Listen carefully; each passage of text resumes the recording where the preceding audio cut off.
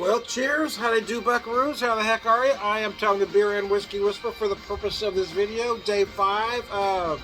My last official day that I have to quarantine. I'll be off Saturday and Sunday, and then I will go back to work on Monday. Just a little poorer than I was before the start of the week. Anyways, yeah, I mean, hasn't been all that bad, I suppose. The idea that I couldn't go to work really bugged me, but my involuntary vacation, as I called it. But I was able to rest my legs up. I got some smoking in. I made the best of it. Poured my last, got an Irish playlist going.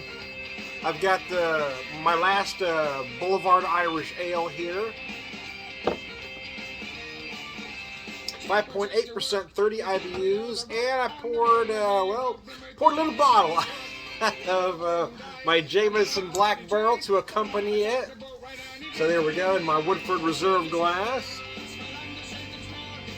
This is a nice whiskey, it really is. I haven't in a while, I kind of forgot how much I did enjoy it. Oh, mercy. Well, I got to the end of the week. My wife is doing a little better, not as good as I'd like her to be doing, in all honesty, but she's been doing just slightly better a little bit each day, but she's not eating as much as I really would like her to. But I've been trying to get a lot of Gatorade down, and my daughter was nice enough to go to the store for us.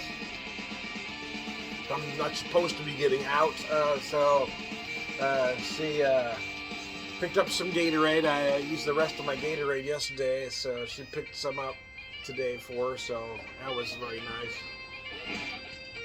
She's her daughter's here and gone. Just kind of dropped it off. I didn't want her to be exposed, but wife's resting. I decided to come out to the pub and do, do this. This is what's kept me from going insane all week. Nice nose, very malty, very herbal. Anyway, cheers.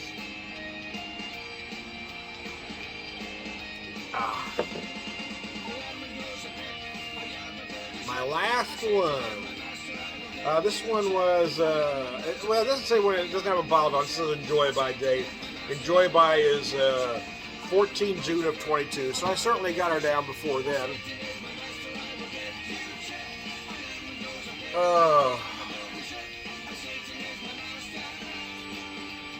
Irish, it's just a general playlist. It's I pull up the Killigans, so it's basically giving me songs similar to the band the Killigans. More or less. More or less, man! Anyway, You're going to hear a whole bunch of different things in this particular song. Nice toffee on the nose. I get a little bit of toasted hazelnut. Get some honey and some heather notes as well.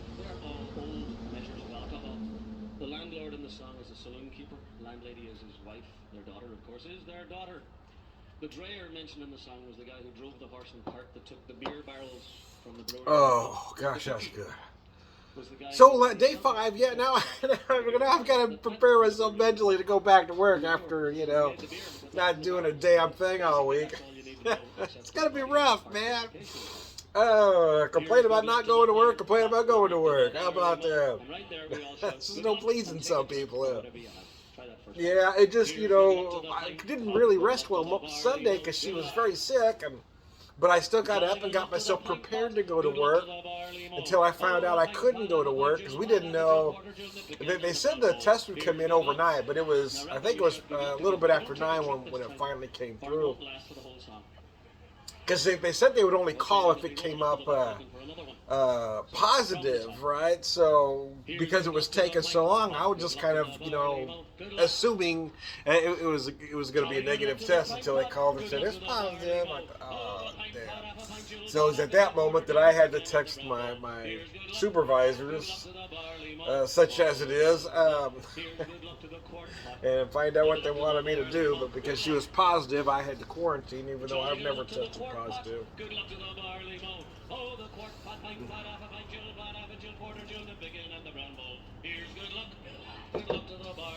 But she had the J&J vaccine. Obviously, it didn't help with the strain at all because she got very sick. So if I came down with anything, it was very mild because it didn't feel like any more than it didn't feel like any more than battling sinusitis, which I contend with constantly. So yeah, I mean, stuffy. A lot of drainage in the morning, but yeah, I mean, I never felt like I had any more than sinusitis. So apparently my vaccines held out.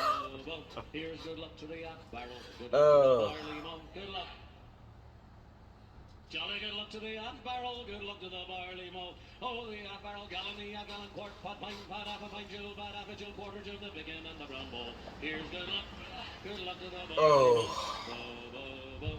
Here's good luck to the barrel, good luck to the barley mow, good luck. So I'm just gonna rest today. I try to get myself right. Yeah, I've been trying to just rest my knee, right? I've been kind of up and down a little bit because like I said, I've been doing a lot of smoking all week. Well, I smoked Monday, Tuesday. Well, I fired up the smoker Monday, but just to clean it. Tuesday, I smoked a meatloaf. Wednesday, I smoked a pork butt, and then not doing anything else. I'm gonna probably just keep that butt. I haven't pulled it yet. I just got it wrapped back in the fridge after I pulled it out. Got a beautiful bark on it, so I'll probably just pull it out for Sunday. Super Bowl. I grew up in Southern California, so I'm a lifelong Rams fan. So, and I tell people that I had a Roman Gabriel jersey when I was 4. It's not exactly true, but it's not exactly untrue either. It was Gabriel's number, but they didn't really do jerseys back then. They didn't have a name on it, but I was a big Roman Gabriel fan, so when I was 4. So anyway, very underrated quarterback in my particular opinion.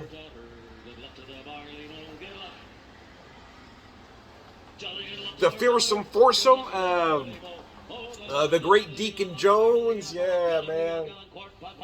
The man that coined the term the sack. Unfortunately, for most of Jones' career, they didn't keep sack records, so there's no doubt in my mind that if they did, he would have the sack record. Deacon Jones was a beast, man.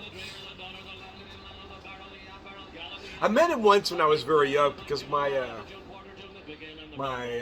Uncle Jerry ran concessions, had the concessions for the concession company, and my dad would sell beer there from time to time, but I just remember meeting him when I was very young. I think I was about 4, maybe 5, so I don't, I do remember him being very nice, though, I remember him being very nice and polite, man. But I think in general, athletes were different than they are now. They weren't quite as pampered then as they are now.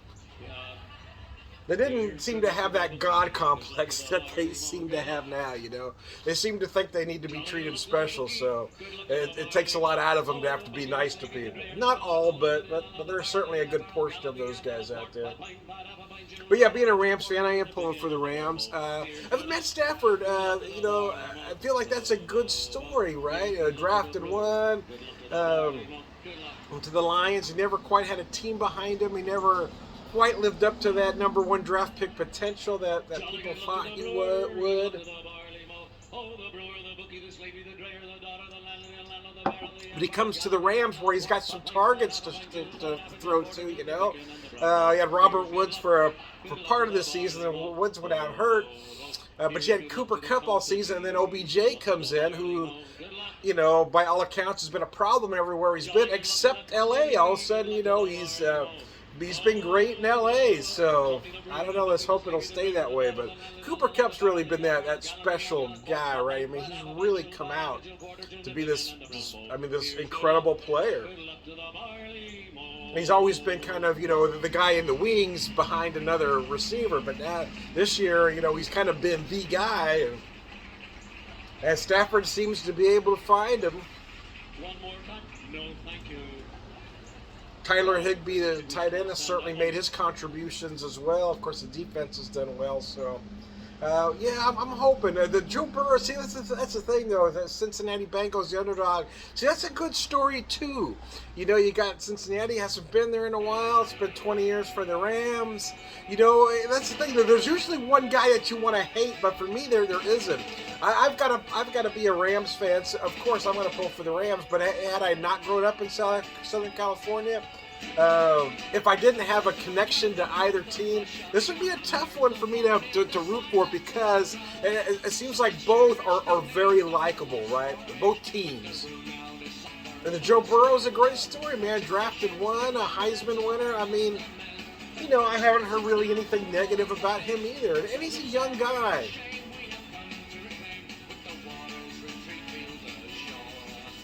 But even though the Bengals, I guess, are the official underdog, I think from a quarterback standpoint, I think you've got to say that Stafford is kind of the underdog, right? He's been that guy, maybe underappreciated in Detroit.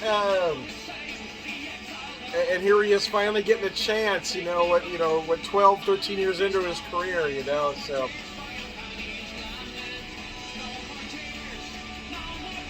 I am looking forward to this game. I'm very happy that there's, no one named Brady, no one named Rodgers. And I really thought the Chiefs were going to win that game, but I'm not brokenhearted about it. I've kind of been a Chiefs fan, having lived out here for such a long time. But the Rams have always been my main love. Everybody knows that about me around here. I mean, I was pulling for the Rams when nobody was. I remember that Kurt Warner season, right? I'd be in the bar that's no longer here called the Fox and a Half. I'd be in there pulling for the Rams, and I'd be the only guy. And then the Rams went 6-0. All of a sudden, you've got tons of people in there. I remember they had a news crew. I can't remember what station now. And I was sitting at the bar drinking my beer, and there's a guy in a Rams jersey, and they come over to interview him. Oh, yeah, I've been a Rams fan forever. I thought to myself, man, I've been sitting in this bar for years, and this is the first time I've ever seen you wear a Rams jersey. You lying, bandwagon, jumping jackass. But anyway, those guys are everywhere, man. Now that they're in the Super Bowl, hey, I've always been a Rams fan. But I was pulling for the Rams when we were a perpetual 4-12 team, man. And really after that Kurt Warner win, my mind was that Kurt Warner win. Ever since that Kurt Warner win happened, we thought, because that team looked amazing. I mean, we really thought that was going to be a dynasty. And then it didn't happen, because Kurt Warner got hurt, of course, and they got rid of him kind of unceremoniously, and, we thought Bolger could play. I don't know. A lot of folks are kind of hard on Kurt Warner. I tend to cut him some slack, because I think the Rams kind of did him dirty. I was glad to see him get back to the Super Bowl once with Arizona. I was really hoping they'd win that one, but they did. I just felt that, it was a great comeuppance for him. He deserved that shot after being done dirty in Los Angeles. But anyway, it'll be a game. I'm not going to go anywhere, most likely. I'm likely to stay home. But if the opportunity presents itself, which I don't think it will, but if the opportunity presents itself, I would really love to be at Springfield Brewing Company. but since my designated driver is sick, I'm likely to spend Super Bowl at home.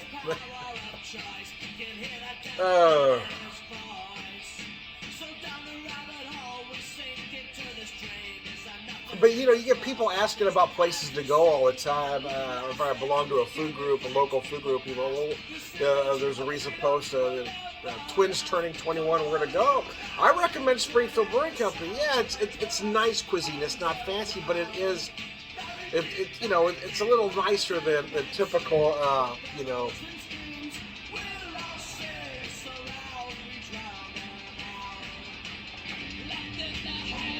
Typical chain restaurant dining, I guess. But the bonus there, especially for turning 21, you've got craft beer, and you've also got craft spirits. You've got the Springfield Brewing Company and beer, but you also got the Yakida, the Tiyakida spirit line, which is brilliant. So I'm very proud about it. I feel like they've really done a lot over the last few years to step up their game. Anyways, I've talked a little bit longer than I intended. I am Tom the Whiskey Whisperer, Whiskey Evangelist, Spoken Whiskey Drink, Prayer with the Man. Also, Tom the Beer Whisperer. Tom the Whiskey Whisperer, Tom the Beer Whisperer, Evangelist, Spoken Whiskey Drink, Prayer with the Man.